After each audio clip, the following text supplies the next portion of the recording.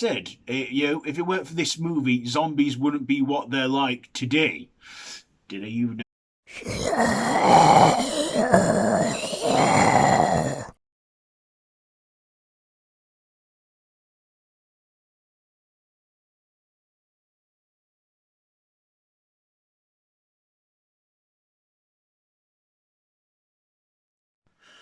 Why, hello there, YouTube, and welcome to Zombie Weekend. I'm Random Ross, and today, to kick it all off, we're on day one, and I'm reviewing Night of the Living Dead.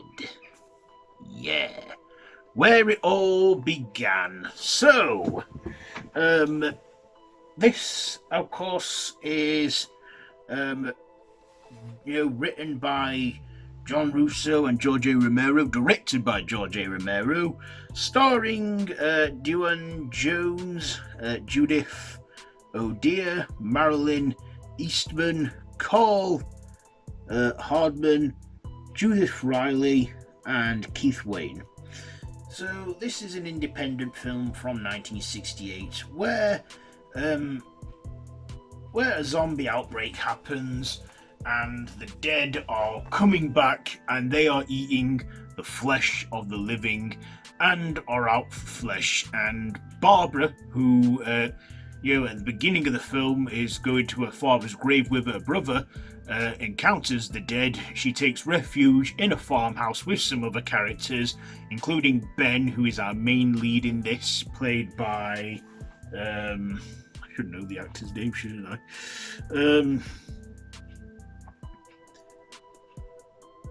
Played by Duane Jones. Am I pronouncing that right?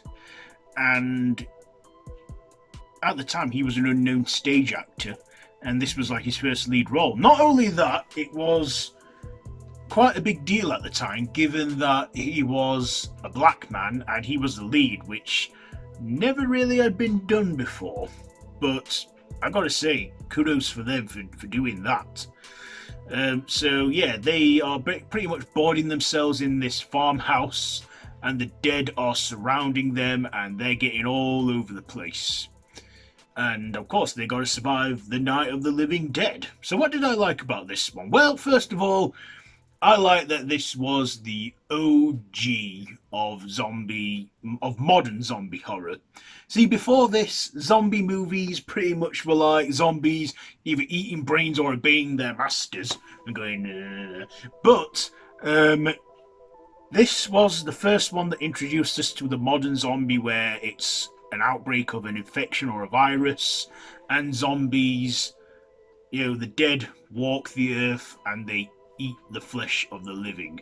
Before this, no zombie movie like this had ever been done before, and I think that's what got it the attention that it got. And also, it was a cheaply done indie movie. George A. Romero made this film on a tight budget, and he managed to get actors that were willing to work for free as extras as zombies. And like I say, done on a tight budget. It just shows how easy it is to sort of make a film if you got the right stuff and the right commitment. And yeah, I gotta say, they pulled it off, and it did work out, and has gone on to be a classic. And like I said, if it weren't for this movie, zombies wouldn't be what they're like today. Did you notice I got my Keep Calm and Shoot Zombies shirt on? Zombie Weekend. So, what else did I like? I also enjoyed, the score in this. There was a good score, which I believe was also done, like not mega big budget, but still, it had a good soundtrack, I feel. George A. Romero even cameoed in this as a newsreader in the movie. And, of course, I love the practical effects they went with in this film. With this being a low-budget film, they couldn't afford any special visual effects. They used practical effects, and I even like that scene where the zombies are outside and they're starting to eat the flesh.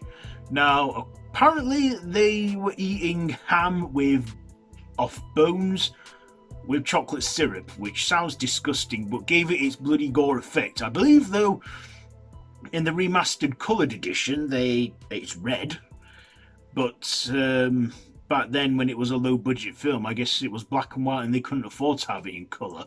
But um, yeah, I believe you can watch this in colour. I've personally not seen it in colour because I like it in black and white, which gives it its atmosphere, its edge. And you can actually watch this film on YouTube for free. Yeah, you can. I believe you can watch the original as well for free on YouTube. So, if you ever want to see this film, watch it. I'll see if I can link it down below in the description. But, yeah, I mean, I've seen it on TV quite a few times, but also rewatched it recently for this review.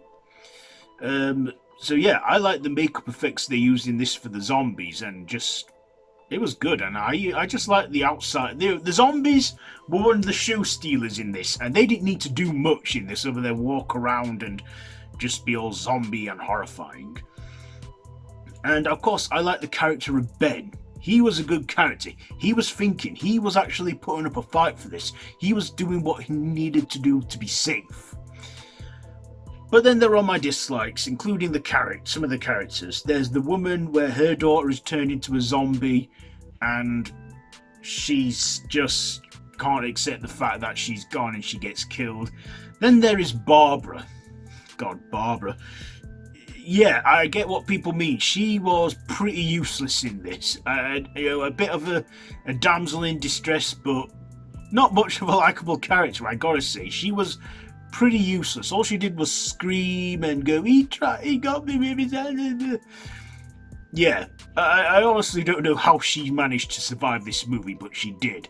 At least in the remake, they make improvements, particularly on her character, but that's another review for another episode. So, yeah, but yeah, George A. Romero, that's why George A. Romero had such approval for the remake in 1990, because they developed the character of Barbara a bit more. But of course, there is that infamous ending where Ben dies, where he simply gets shot by some white men. And yeah, that caused probably a lot of controversy at that time and probably still holds up to this very day. I won't get into too much detail about it, but yeah, again, I don't personally like that ending either, where Ben gets killed. And I feel, yeah, not nice at all. Of course, if you've seen this movie, you know what I mean. But yeah, like I said, I'm not going to get into too much detail about the political agenda in this. But yeah, they did cause a stir at that time as well, and probably still kind of holds up to this very day.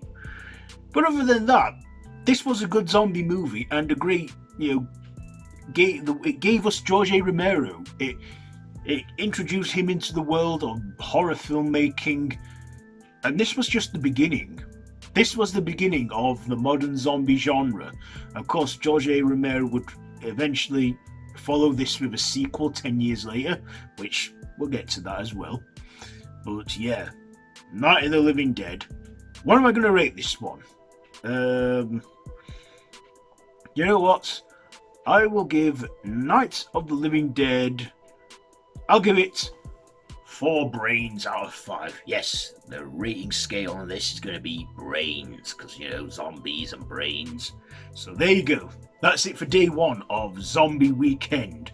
So, again, Bank Holiday Weekend, it's Easter. This should be up on Good Friday. So we have 3 more of these for the weekend.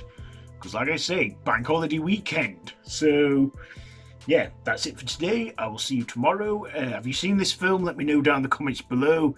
If you like this video, be sure to give it a big thumbs up. Share with your friends. Feel free to subscribe if you haven't already, and to hit that notification bell. All my social media links are down below in the description, so you can check all that out. I've been Random Ross. This has been Zombie Weekend Day 1, and until next time, don't have nightmares.